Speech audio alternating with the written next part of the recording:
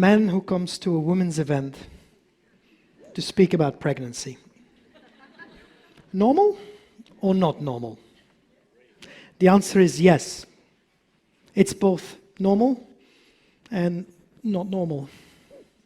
And I think it should just be normal. And this normal man is here to tell you that today, a normal pregnancy is not normal. Confusing, right? It's because I mixed two definitions and kept mixing them. The aspirational definition of a normal pregnancy is a pregnancy without problems, first and foremost, health problems. The factual or statistical definition just look at which pregnancy is the most frequent and takes that as the norm. So to be less confusing, my opening statement should in fact have been a pregnancy without problems is not frequent. In fact, it's quite rare. Let's look at some facts. A recent online survey asked mothers if they had encountered in relation to their pregnancy a problem in 4 domains: health and medicine, planning and relations, information and navigation, and last but not least, work and career.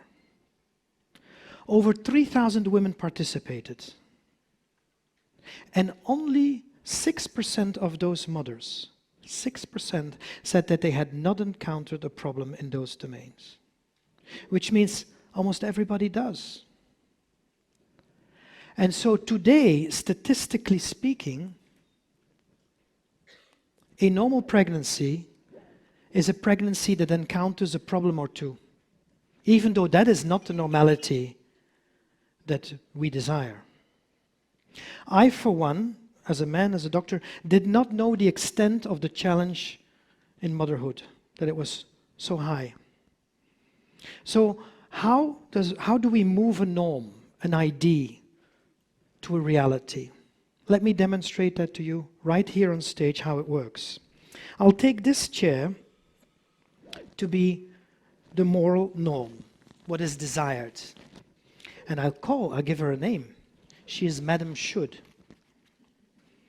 Madame Should is beautiful, comfortable, expensive, chic, but also a bit antique.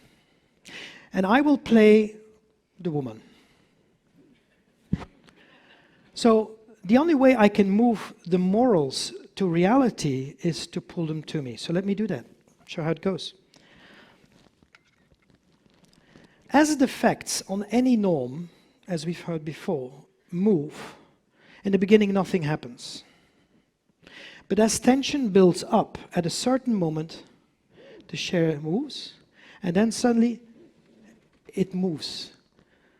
So this is a fact that you should know. The statistics, the people, always go first, because morals never move by themselves. It's people that move them. And when the morals move, they don't move as smoothly as we do as individuals, as society. They move in a kind of a shocking way. And there are 2 problems associated with that. Number 1, I have to do the work.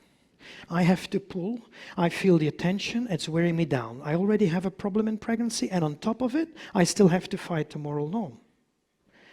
And the second problem is that society generally puts all its resources, its infrastructure, its information, its support system on Madame Should, not on Madame Is.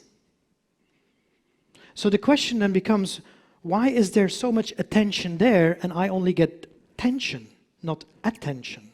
And how do I change those two?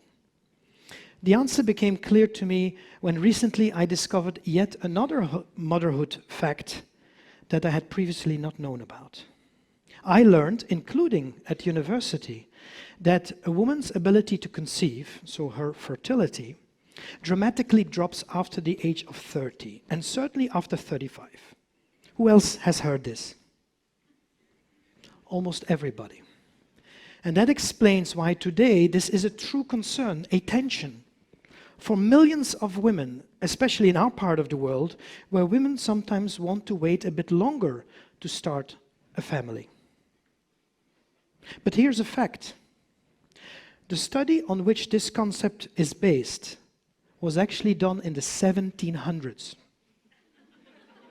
by scholars who went into the church to look into the registries, to look at the age of the mother at birth. And that's how they calculated this fertility evolution. It's not very difficult to see how dramatically different today's situation is from the 1700s, right? A much bigger and much better study 10 years ago looked at hundreds of couples in our part of the world who were actively trying to conceive. And what they found is that in women aged 34 to 39, 82% actually conceived naturally within 1 year. 82% is a lot better than the prediction from 300 years ago, which is still in the textbooks and which we all heard about. And it's only 4% lower than what was observed in the age group from 27 to 34. Frankly, I felt shocked and humbled when I learned about this. And so my concept of what is a normal motherhood age shifted suddenly, significantly, and dramatically, like the chair did when it was pulled by facts that are strong enough. And once you focus on the facts, then automatically you will also find solutions to support these new realities. So once you accept that women not only will but can conceive later in life, you'll find solutions to support them. Did you know that both Apple and Facebook offer their female employees a grant to freeze their eggs just in case they want to conceive later in life? I think it's a brilliant way of going beyond recognize a new reality to actually providing true support for women in their choices.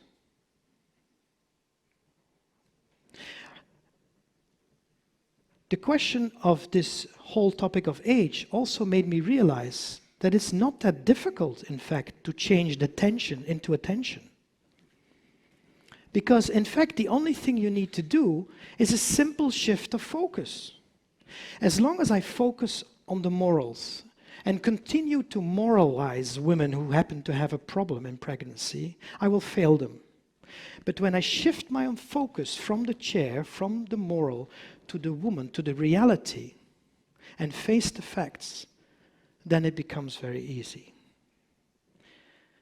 Just imagine that a woman who has a problem in pregnancy is no longer judged or moralized, is no longer feeling guilty or blamed. That's an incredible, incredible difference. Now you can say, oh, that's all very soft and woolly. But it's not, because you can never underestimate the healing power of feeling normal, of feeling accepted, of feeling okay. It's the basis for every action.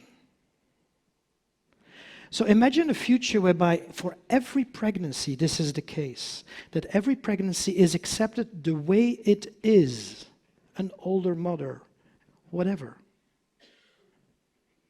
She gets the information she needs, she gets the support that she needs.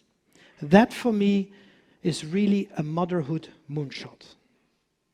And I have good news, because this today is a reality more than it has ever been before.